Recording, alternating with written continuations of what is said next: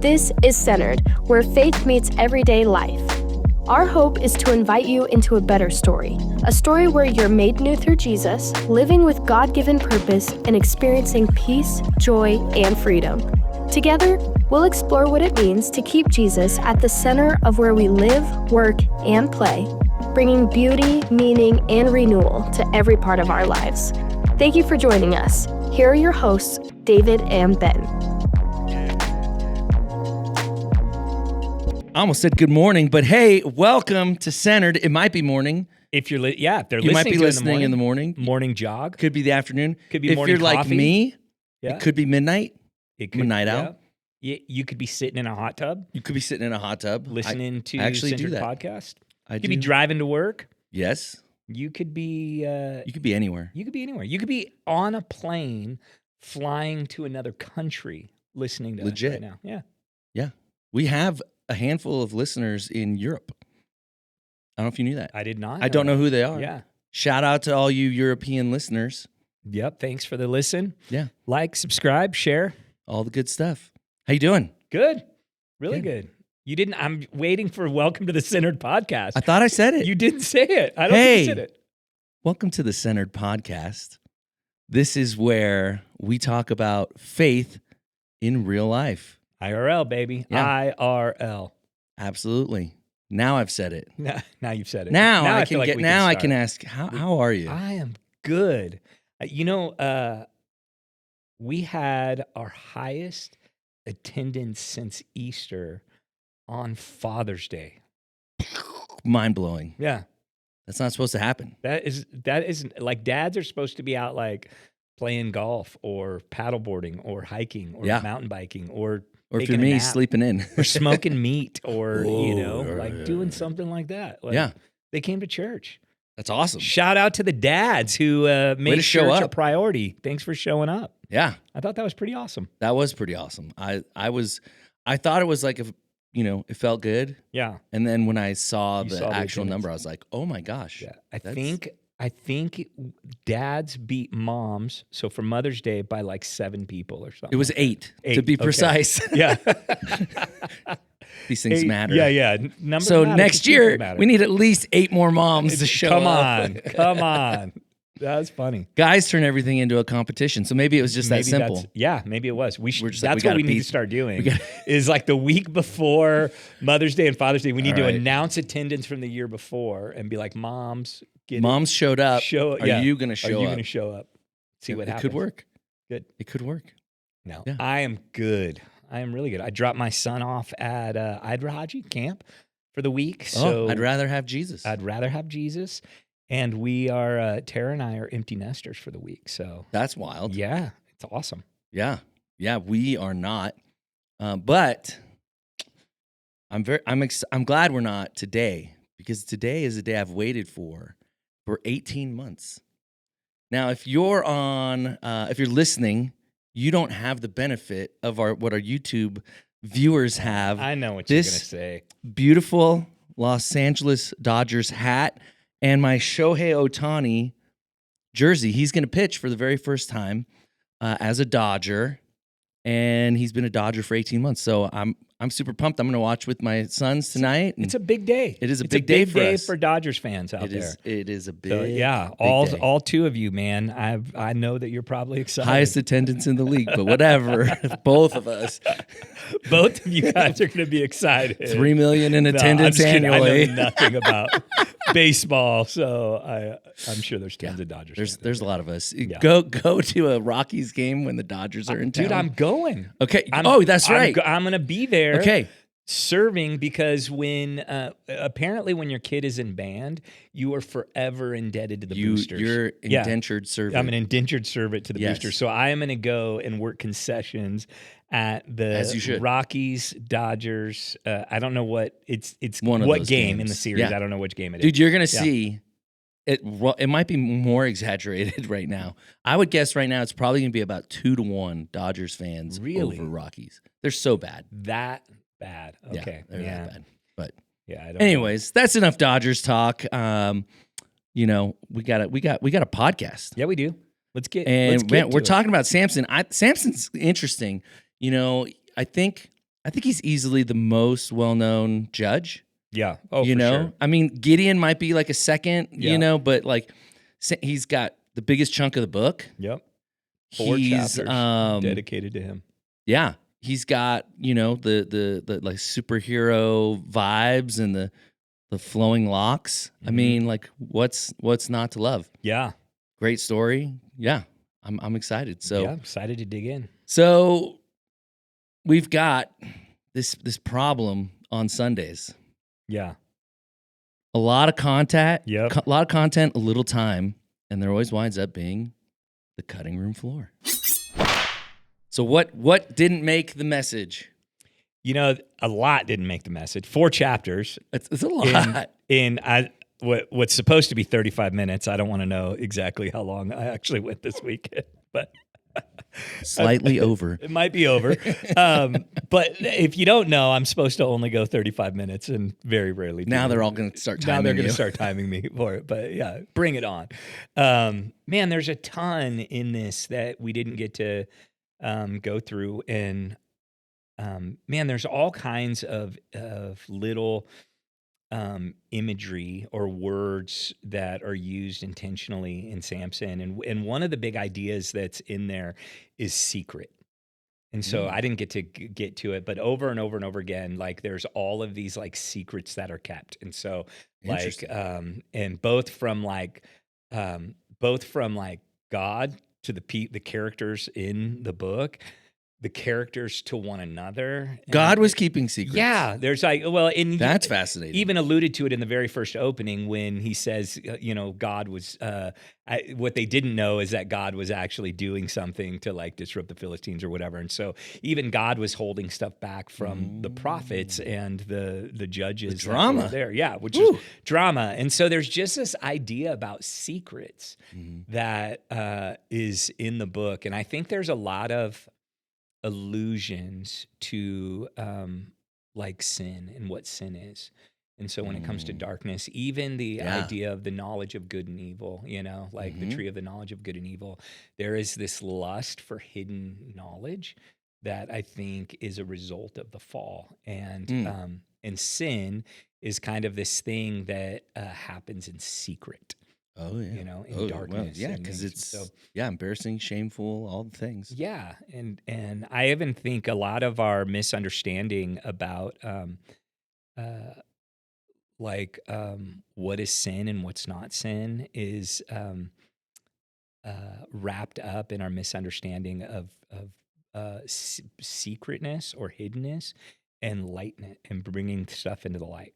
Like First John talks a lot about like walk in the light where Jesus is, and it says 2 things: you'll be cleansed from all unrighteousness, and you'll have fellowship with one another.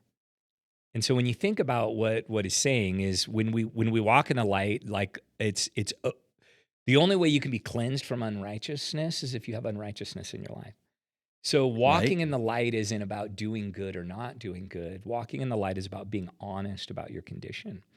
And that's a big part that I think the author of Judges is trying to pull out of that part is the secretness of our broken condition, our withholding, our not being willing to like unveil certain parts of our lives and keeping it hidden that prevents us from experiencing forgiveness and healing and freedom and all of that. And so, you know, even our thought life, man, like when oftentimes we talk, you know, a lot of people think that they are in sin because of just like they're having like temptations or thoughts about certain things. And they're not talking about it. So they don't want to, it's embarrassing. They hide it. They keep it to themselves.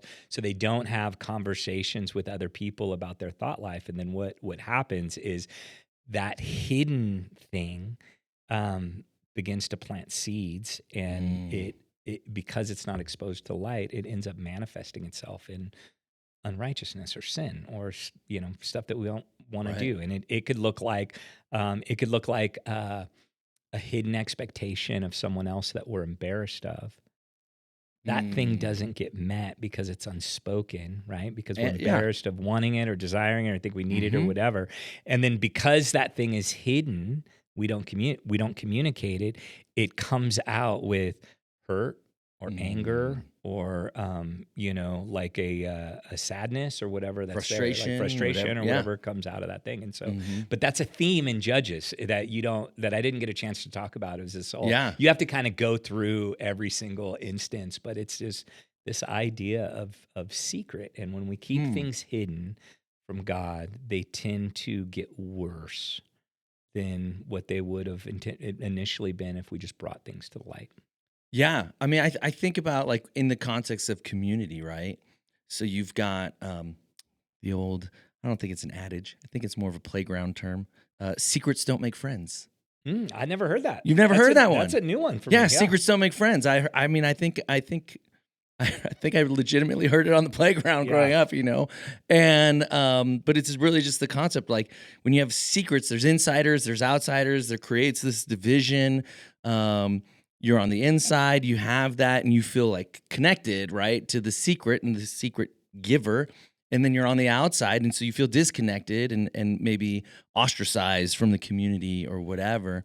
And so there's secrets don't make friends with the person that you're not telling, but Yeah. also like I think about what you talked about in terms of how the way that we feel, even though those things aren't wrong, we feel shame about them, we feel embarrassed about them, and what we miss out on when we don't share those things is hearing, "Oh, me too," Yeah. or "That's normal." Yeah. Like I've had those conversations Totally. with my kids where they're like, "Wow," and I'm like, "Oh, that's totally normal," and they're like, Yeah. "It is." Because it's shocking. It's we wind up just putting ourselves in a vacuum, and we're like, "Oh gosh, this seems wrong." Because it might be connected to something. Like if you lived that out, it would be Yeah. wrong, or whatever it is. Because it's maybe more of a temptation than a sin, and yeah, you miss out on just the I don't know, the comfort of knowing you're not alone. Yeah. And the like yeah, in for it's just like anything else. Like in order for things to be healed, like they need to be brought to light. And so like, Mhm. AA, the first step of addiction is admitting you have a problem. You know what I mean? And Right. so like the journey to wholeness, it like has to start with openness. And I guess one of my things that I think is important to talk about is unfortunately the one place that should be the safest place to be honest about what's broken in us is oftentimes the least safest place.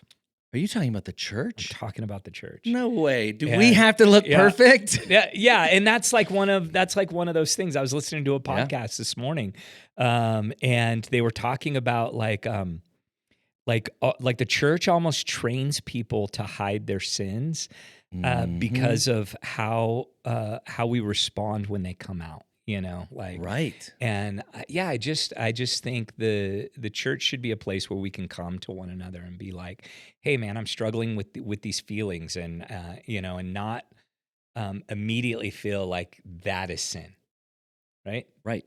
Some of this stuff might be a result of living in a broken world or whatever, Mhm. but what's going on the internal side is like it is really just what I call their like check engine lights in our lives. Right. So Yeah. they just give us information Mhm. about what's going on. So like it's not good or bad, angry, anxiety, whatever. It's like it's just giving us information about what's going on to help us ask deeper questions about what we're believing or Mhm. Mhm. what's happening in us. And sometimes it's like, man, maybe you just need to like eat a better breakfast and go for a jog Right. or or there's something else that needs to be dealt with that's going on there. Something And so deeper. not being ashamed of that internal struggle that we all have, and whether it be our thought life or desires or Mhm. whatever.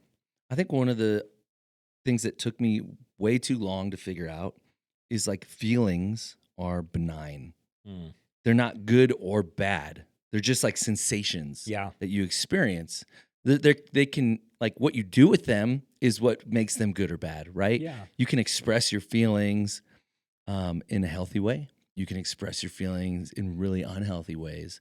And so, like, understanding like that it's okay to feel something, Yeah. even if it feels like it's not okay to feel that thing. Yeah.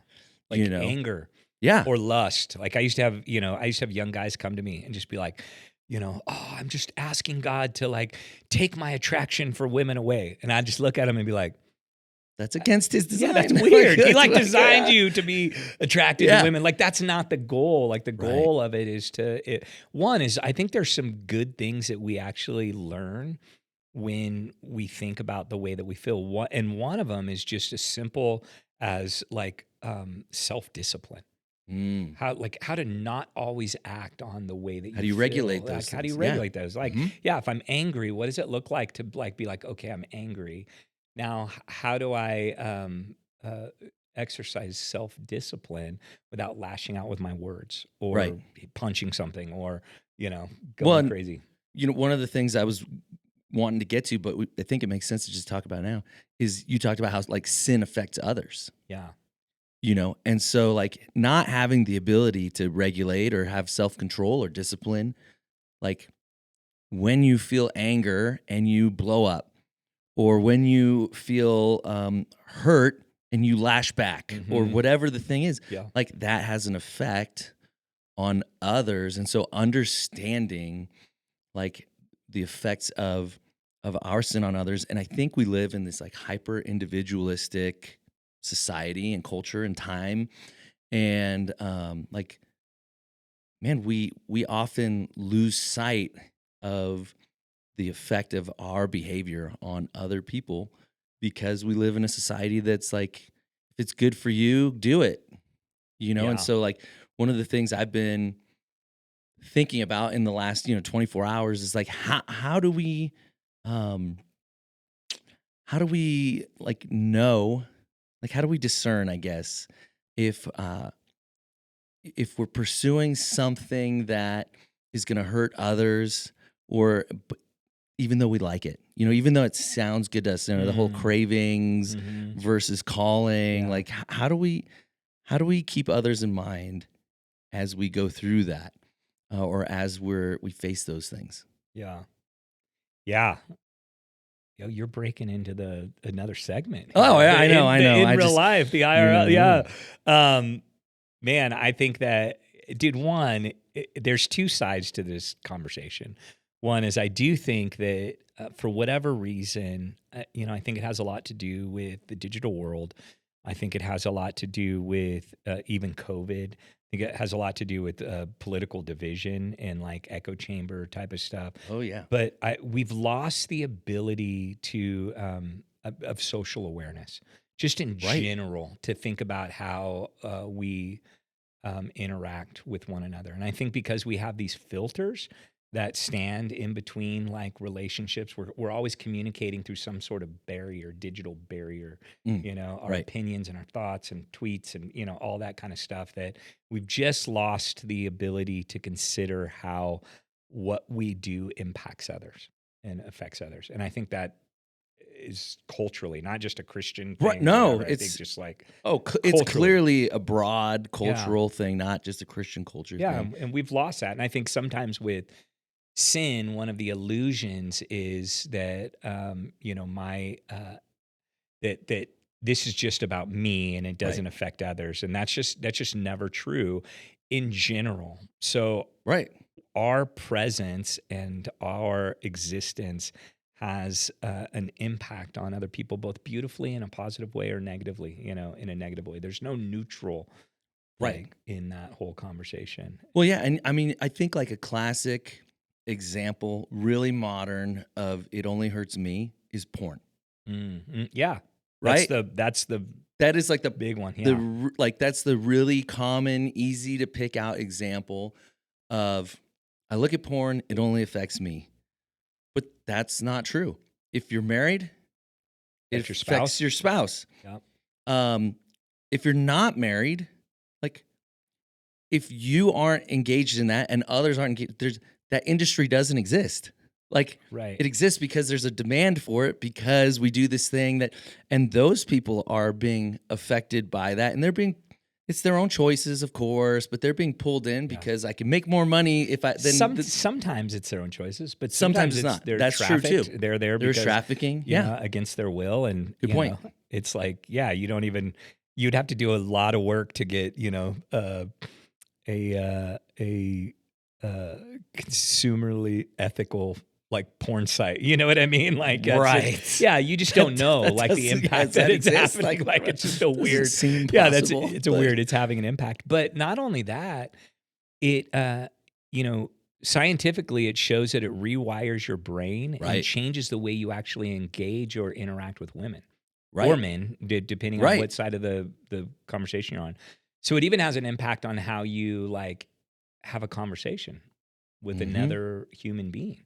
So yeah, there's no and I agree. I think that's one of the ones it does. But you know what the other one is unforgiveness. Oh, yeah. Unforgiveness is one of those things where it's like, oh, it's just me and I'm just holding on to this thing.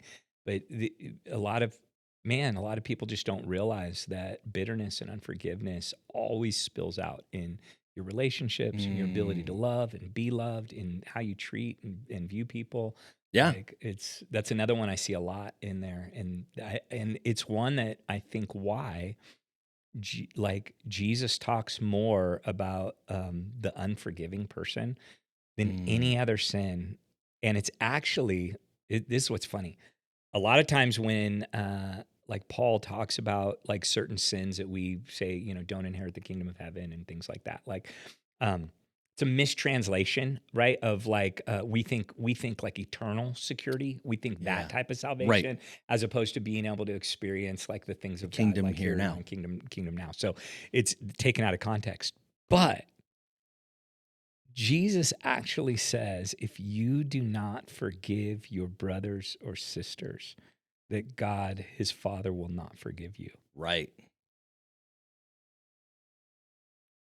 The silence is intentional because totally, that's like, oh my gosh. That's heavy, That's like Yes. a heavy thing. But, and again, like, man, we have a loving God who's not like, he's not putting like certain like, stipulations on it. You know what I mean? It's through faith in Jesus. But somewhere in there, he's saying, when you hold on to unforgiveness, it has a huge impact on your relationship with God and others. Yeah. It destroys you more than like anything else, and it's the silent killer, right? And I heard one person say, unforgiveness is like it's like drinking poison and expecting the other person to die. Like it affects us more than we think it does. And so, yeah. And that's interesting because I've heard that sermon, maybe not that specific one, but like, and I've actually said this to like, my kids or just people that I've worked with, in counseling or whatever, like, that unforgiveness really hurts you. Like the other person, they might not even know you haven't forgiven them. They might not care. Yeah. Like you have no idea the impact on the other person. It may have an impact, but there's a very good chance it has minimal to no impact. But you are impacted greatly. But what maybe is short-sighted in talking about that and just ending there, like period, end of sentence, is the idea that no, it'll actually spill out into your other relationships. Because if you have this unforgiveness and somebody does something that makes you feel like that person made you feel, even the most innocent thing, you're triggered. And now this relationship that was healthy, doesn't have any of that baggage, has it. Yeah. And it's introduced into that relationship. And so that's really helpful. Yeah. And that's a hard thing. Cause I know, man, I've had some pretty big wounds in my life. People that were supposed to protect me ended up hurting me, and physically and emotionally and stuff. And so showing forgiveness for people who have harmed you in some really weird, like real ways. I was going to say weird, but weird, like significant and real ways, significant ways is, man, it's hard. Forgiveness is probably one of those things that goes untalked about and we don't like to bring into the light. Circle back to the secret. It's the secret sin in our life that holds us back from a ton. And what I encourage people is if God's stirring them up, like get help, man. Like, and it takes a lot of work. It takes a lot of work to forgive people who have really harmed you. I'm not just talking about like things that have like shaped your shaped world, your identity, your world, and things like that. But the best thing that we can do is work that out, like because it has some pretty significant effects. That's good. So that was long for that one secret. Yeah, That was all on the yeah. secret. I got one more. Okay, I I'm got ready. one more, and it's awesome, man. And it's one of my favorite parts about teaching in the Old Testament. And matter of fact, I had multiple people now who have reached out and said something like this: "Hey, when I heard you were doing the Old Testament, I just wasn't sure." Wanted Like, to check out. Yeah, Like, yeah. It's like I'm gonna take the I've summer heard off people like church. try to teach the Old Testament, and it's just Yeah. and they're like, it just doesn't apply to us or whatever. And then immediately it was like, man, the way that you guys are handling it is amazing. Like it's just, I love what we're seeing and what we're talking about. But Judges in particularly alludes to there's so many shadows of Christ in the book of Judges that I absolutely love. It's actually the first thing that Tara said to me, my wife said to me when we talked about it Sunday. And she's like, man, I just forgot how many like allusions to Christ there are in that, in Samson's story. That It's are there. nuts. And it's just one of those things where I wanted to talk about Jesus always being the plan for God's people. Like it wasn't like Jesus wasn't a reaction. It wasn't like, oh, I'm going to try the Abraham thing. I'm gonna try the Noah thing. Dang it, that didn't work. I'm gonna Okay. try the Abraham thing. I'm gonna try the Judges thing. And I'm gonna try the King David thing or whatever it is. Jesus was always the plan for you, and it's beautiful to see how God labored to prepare us to receive Jesus, like to prepare a people to the earth, the world, his plan of redemption, to like receive Jesus. And you see, once you like recognize that's what God's always doing, you start to see it everywhere in the Levitical law. You start seeing it in these stories of judges, and you see it in the thrones, in the successions of kings, and where they failed and succeeded, and what made them good or bad, and all of these types of things. All of it was to prepare us and show us our need for the true and better King Jesus. And it's pretty cool. Well, and these things were written before Jesus. Yeah. So it's not like somebody went through and reverse engineered it. Yeah. And, some people like to say that kind of stuff about the Gospels but there's no argument. There's no room for that in the Old Testament. Right. Like this stuff was written hundreds, thousands of years before Jesus, and it all points to him, which is insane. It is insane. And that's where I think people are pleasantly surprised with how we're handling it. Yeah. It's like when you buy a new car and then you drive around and you only see that you're that car now, like on the street. Like I remember we bought our Crosstrek, and it was they're everywhere. It was this one color. We thought it was so unique. It was like the new model, and we're like, we got such a unique car. Yeah, there's like 7 of them on our street, But, but I see it everywhere now that I know it. It's the same thing in the Old Testament. Once I've learned what the image of Christ looks like, I see it everywhere in the Old Testament. I can't read a page hardly without seeing something of a shadow of Christ in there, because he has existed from the beginning. Yeah. It was always about him. It was always about God's plan of redemption. And I love that. It fires me up. It's sweet. I think it's a good time to get into Just for Funsies. Just for funsies. All right. So I'm going to call this sheer madness. Yeah. Sheer madness. Emphasis on the sheer, sheer. like shears, Yes. cutting instrument for hair. All right. Samson, known for the hair, flowing locks. I'm sure they were beautiful. I just have to believe that. Quick shout out to Lauren. This was her idea. So I told her, you can only give me ideas for the podcast if you won't be mad if I don't use them. Nice. But this one I am using. So I want to talk about. Do people give you like ideas for the podcast? Occasionally, but I ask her. Nobody does that. I ask her though. I ask her. It's pretty rare with other people, but we talk about it sometimes. Yeah. Like we were talking about it last night, and I was like, "Hey, you got any ideas?" And I was just like, "I'm thinking about it." And she threw this out. What if we looked at some of our different hair phases. Yes. Okay. The hair phases. So, you know, I mean, I feel I'm covering them up right now, but I feel quite fortunate to have some good hair. And I actually have an irrational fear of balding. Have I ever told you this? No. It's an So every time you irrational- look at me, I spark an trigger me. irrational You trigger fear. me. I trigger an irrational fear in your. Great. I did not know that. So here's the story. I have a younger brother, and my mom, growing up, I would pick on my brother, and my mom would say to me, "You better watch out, because one day he'll be bigger than you," which he is. Yeah. He's like 6'3", you know, he's a big dude.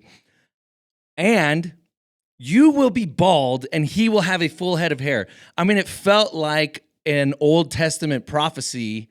Like where Elijah, right? Or was it Elijah that sicked the bear on the kids for calling him Baldy? Yeah. It felt a lot like that. Yeah. And so I have a lot of hair, but I will go and get a haircut, and probably once or twice a year, I'll just look at the barber and I'll just be like, how are we looking up top here? Yeah. Do I need to start? It's like, should I be worried? Yeah. Should I start looking at products like Rogaine, anything? What do I need? And they look at me like, what is wrong with you? You have a lot of hair. Like, let me tell you about my mom. So anyways, that's a tangent, but let's talk about our hair phases. You know, I started out, pretty boring. My parents actually crushed most of my creativity around hair. They just weren't about it. Like, nope, you can't do that. You can't, like, they wanted me to be straight laced. So I had 3 options growing up, just like the little kid haircut, you know, parts of the side. And I had one of these 3 all the way through like middle school. So it was that. I had a flat top. Okay. You know, as a kid, like 3rd grade flat top. I think everybody kind of had something like that at one point. And the buzz cut. That was it. That's what I was allowed to do. College hits. Free bird, man.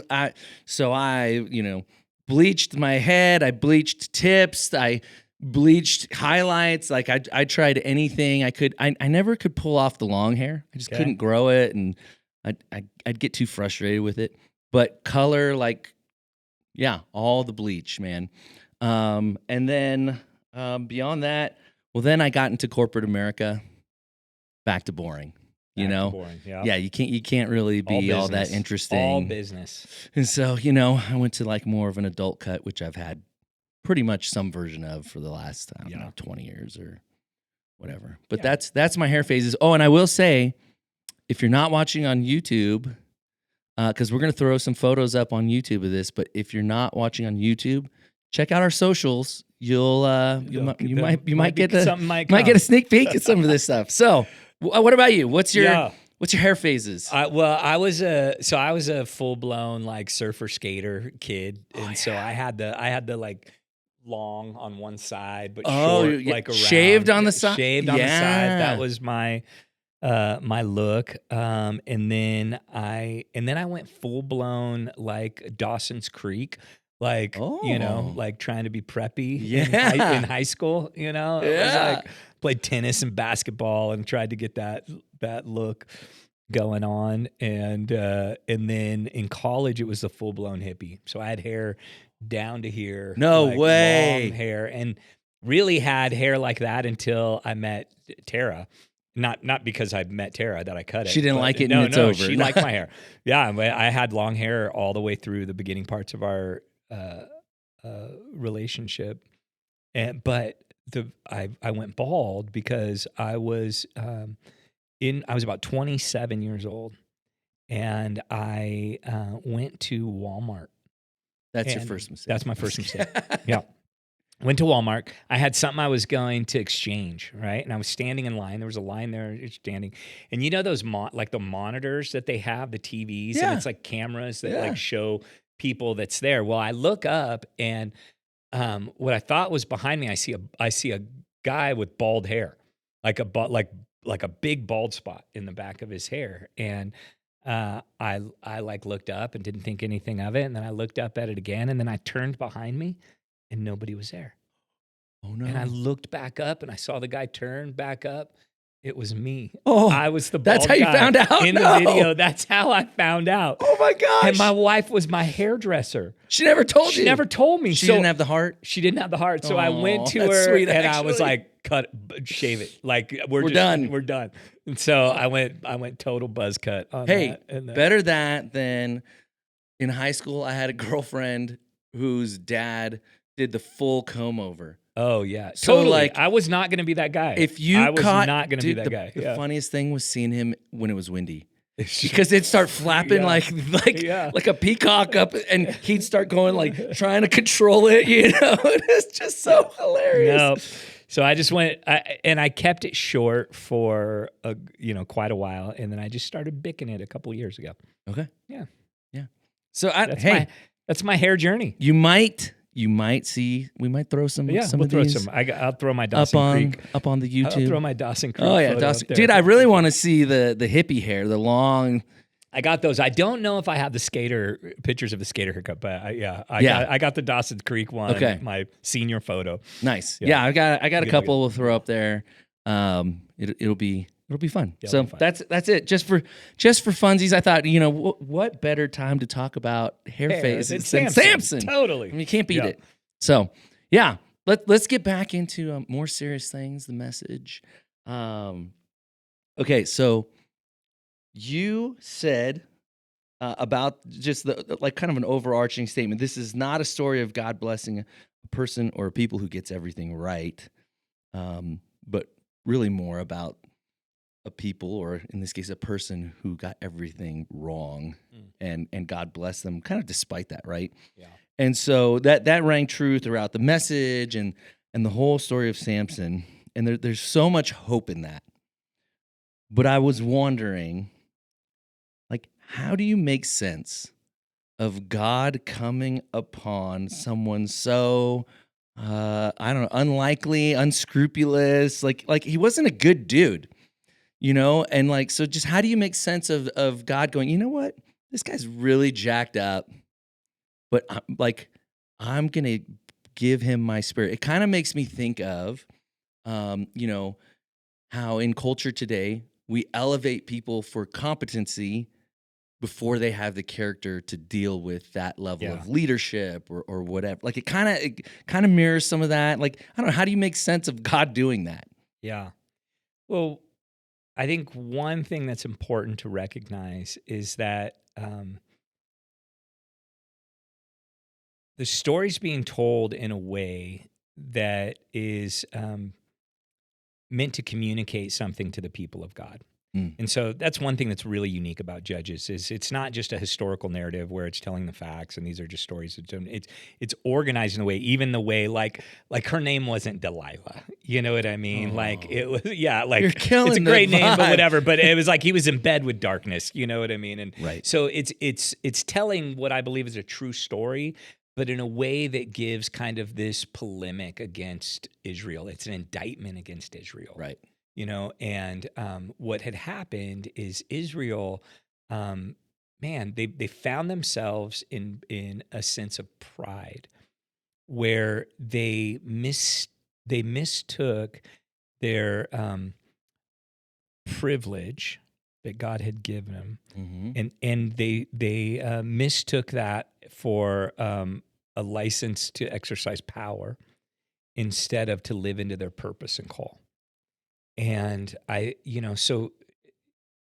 Samson is an archetype of a whole people group. And so some of the things, it's not just, you got to, like, even the whole story is taking place over the course of 20 years.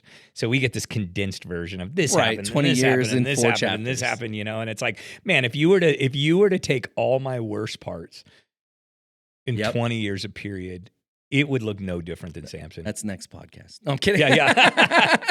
It would look no different than Samson. No, same. And so Yeah. in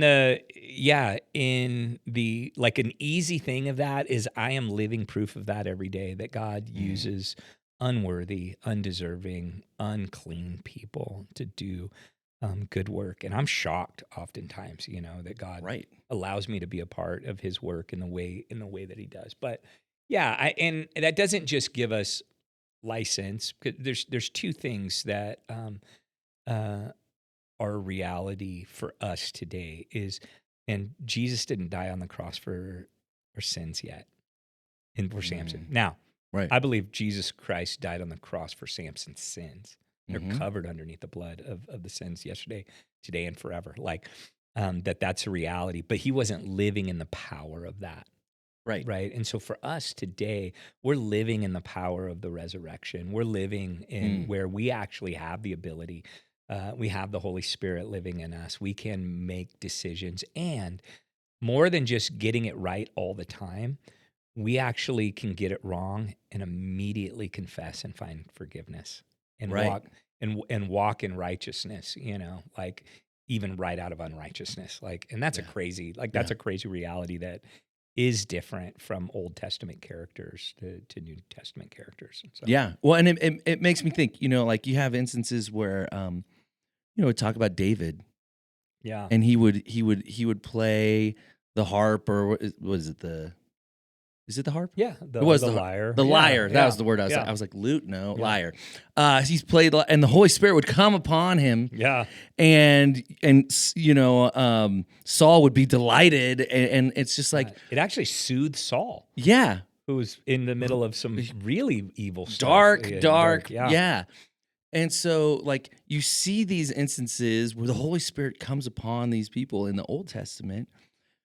Would you say, oh, that's what we experience, the Holy Spirit lives inside us, or do you think that's a different expression of the Holy Spirit working in those moments? Well, definitely a different expression. Yeah. There's a theme in Scripture of like going in and going out in the Old Testament that Pentecost changed for us. And so the priest would go in the temple and out of the temple. God would go in people and out of people, like this. There's just that expression of in and out. You go, in the city and outside the city walls, Right. that theme is really big throughout. And it started with being in the garden and then being and then outside the garden, Yeah. And so it's this new rhythm that is taking place because of sin. And one of the things that Pentecost does is reverses that. So instead of us dwelling in God's temple, we now become the temple, this new garden where God dwells, and there's no coming in and coming out of. He just exists in us. He's just Christ there. in you. Yeah, Christ in you, and Yeah. I'm in Christ, and it's this new reality. So in that sense, yeah, very much different than that. I do think we can walk in the flesh or walk in the Spirit, but we don't ever have more or less of God. Where they did.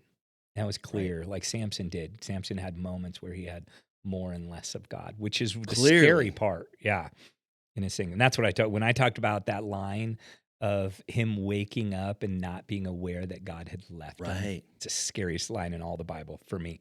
Like Yeah. it's my worst fear, to be honest, like in my ministry is God's presence leaving me, which is why I believe that the fear of the Lord is not primarily about the fear of his presence, but the fear of his absence. Like I think when the Bible tells us to fear the Lord, it's like, I can't do this without him. That's where the power is. That's where the fear, that's what the fear of the Lord is, because I don't fear his presence. In Hebrews is clear that I get to enter the throne room of grace with boldness. I don't have to be afraid of God, even in my sin. Right? Why would I need to go to the throne room of grace if I didn't have sin? Yeah, I don't need to be afraid of that, but I'm terrified of his absence. Terrified of it. And yeah, I hadn't heard of it I hadn't thought of it in that way. I think like the most traditional, or I don't know, maybe the most common is like reverence. yeah, That's the application I've always heard and leaned into. And I think that's a good thing to have.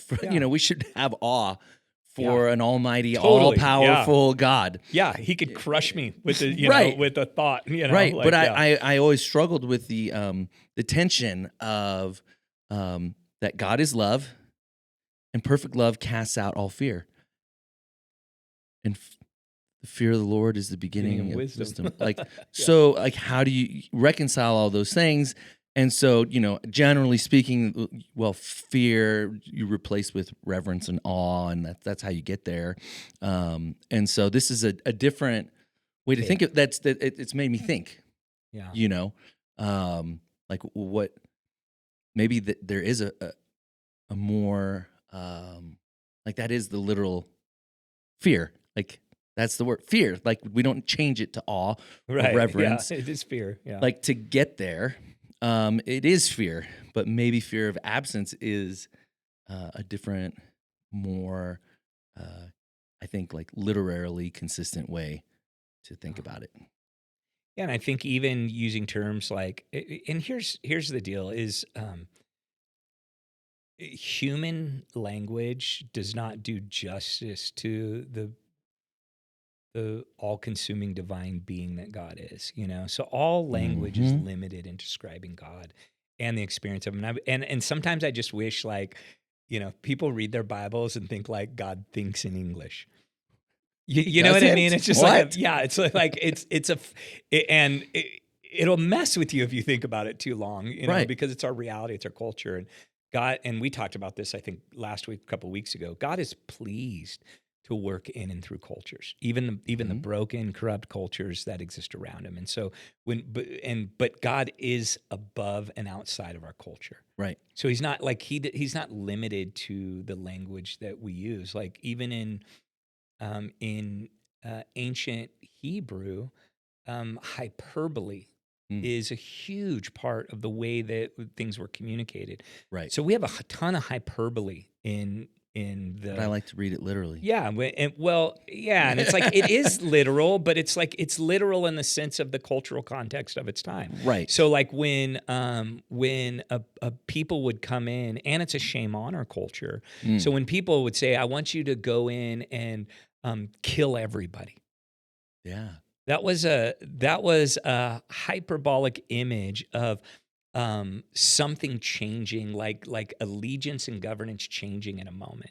So they might Mm. go in and take out a region that was a military region, every kid and child knows but it's this hyperbolic language that says, I want the influence of that culture to no longer Eradicated. be eradicated. Yeah. And I Yeah. think Yeah. it wasn't like a literal every Let single no person yeah, live live. like on that thing. It was just that's just the way things were communicated in a shame honor culture, using hyperbolic expression to communicate the seriousness or the bigness of what Mm. is about to happen in there. And so we just read our Western language into Right. everything and have a hard time Wrapping our understanding head around it. it. Yeah, wrapping our head around it. And so Yeah. Well, I even think it's interesting. Like, there are things in maybe either ancient Hebrew or in the Greek where we'll say there's not really an English word for that. yeah, you know and so like we're trying to fit everything into this Western box, English speaking American, even if we're being really honest, yeah,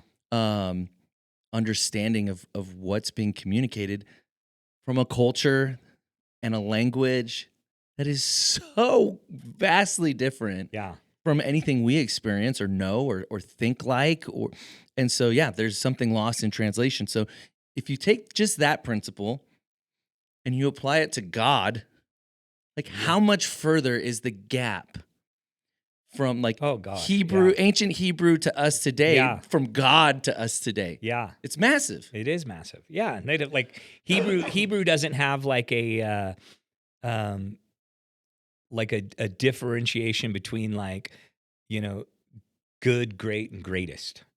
Right. They don't have there's no words like that in there. And so in the Hebrew language, you would repeat something. Good, So good. yeah, it's good, or it's holy, holy, holy.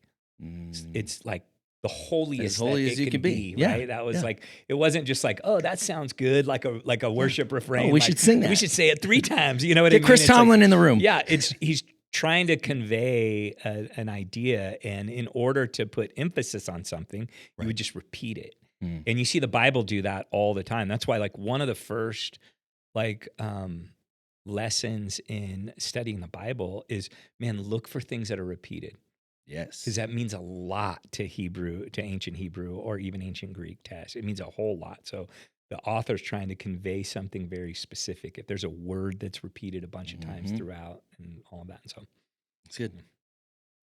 I think this is a great time to switch it up okay. to David's low-key obsession. Let him cook.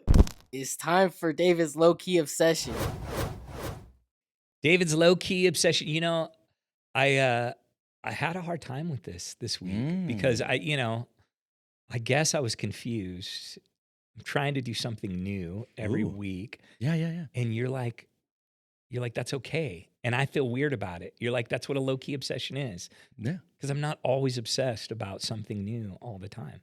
It could be low-key. Yeah. Sometimes I have a low-key obsession about the same thing. And I want to jump back to life groups. Ooh. I love life groups. Yeah. I can't get it out of my mind. Having a vision for seeing our area saturated with healthy communities, people doing life together, meeting in homes, growing together, living on mission together. And if we had, I was thinking about this, if we had one life group, in an area for every 1,000 people. So say we looked out 5 mile radius or whatever our reach is in the thing. And we had one life group for every 1,000 people in our We need radius. more groups. One, we need more groups, but I'm thinking, man, how would that change the spiritual atmosphere of our community? Yeah. It'd be massive, right? It'd be huge. Yeah. And I can't get that vision out. You got people praying together and serving one another and loving one another amongst the neighbors and communities. Like that could have a huge spiritual impact on our region. And I'm excited about that. I want to, here's the thing is I'm nervous because that's a big vision. That is a big vision. Because I don't know how many hundreds of thousands of people, exist in, our reach. It's got to be, it's got to be like a lot. Yeah. A lot of people, you know what I mean? So you got one group per 1,000, 12 people doing that commitment. That's a big vision. But yeah, I'm going to pray for that. And I'm going to invite our community to be a part of that. Yeah. Well, it's important. And I think it's lost on people, all the work that goes into creating a culture of life groups. Yeah. There's a lot of work that I'm tangentially, I'm basically clean up everyone else's work, that's kind of my job.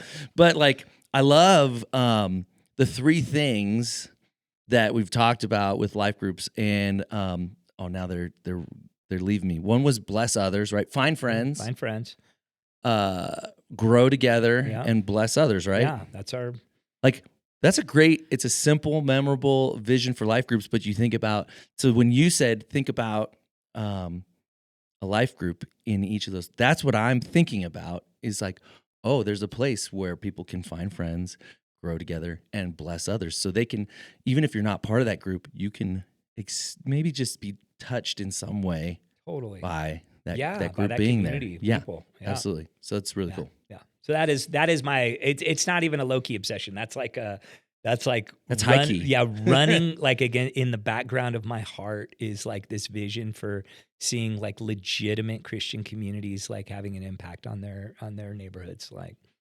It's living rent free in your head all day. Yeah. All day. Yeah. That's good.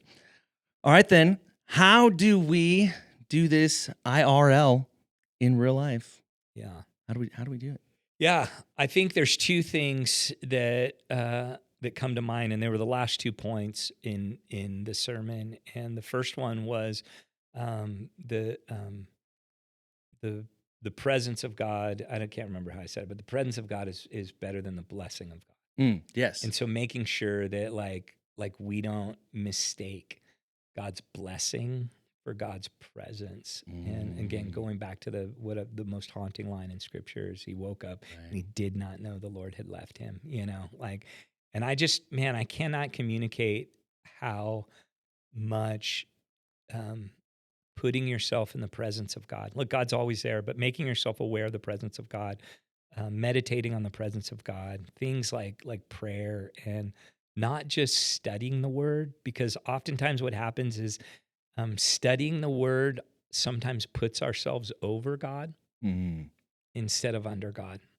And so what does it look like to meditate on the Word? What does it look like to let the Word study you and meet you in your real life? And so I think we cannot mistake God's blessings and God's presence.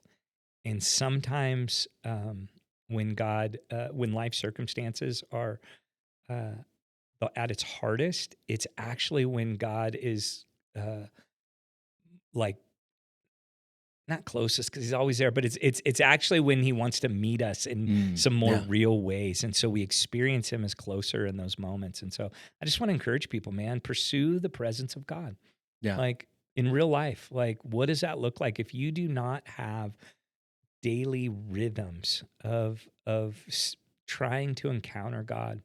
Like, I just want to encourage you, like, figure out what that is. And maybe you have no idea. Like, ask a friend who follows Jesus, or get with a We'll group guide of it. Yeah. people, or, find a community that's doing that together. But Take a like, step. take a step towards figuring out what it looks like. And it could be something as simple as starting your day with a small prayer. Mhm. God, would you reveal yourself to me? God, would you help me to see you? God, I want to feel your presence, and it's okay. Whatever the Yeah. little prayer is, like, Well, and in the vein of like mistaking blessing for presence, or kind of, over prioritizing, if you would, blessing over presence, I think about, Shadrach, Meshach, and Abednego. And this line's always just stuck out to me. They're going to go into this fiery furnace, and they're basically like, "Hey, our God's going to protect us." But this next part is what gets me. Even if he doesn't show up, it's crazy. and that's like the thing to me that's like, oh, wow, they're valuing their like relationship with God over their life. Totally. Like That's huge. we think he's going to show up, but even if he doesn't, we can't bow down to that idol. We cannot do that. And so, like, for us to have that mindset of like, man, I love God's blessing. Don't get me wrong. Like, I enjoy it. Yeah. But even if he doesn't show up, I still want his presence. Yeah. And that story communicates that idea better than any other one, because God, it's like Shadrach, Meshach, and Abednego are in the fire, and God doesn't put out the fire. No. He shows He up in just the shows midst up. of it. Yeah. And that's oftentimes we're asking God to like put out the fire, the blessing, Mm-hmm. instead of the presence being there with them in it. And listen, the miracle was that they were unscathed by it. Right. Not that the fire went away or they're protected from it or whatever.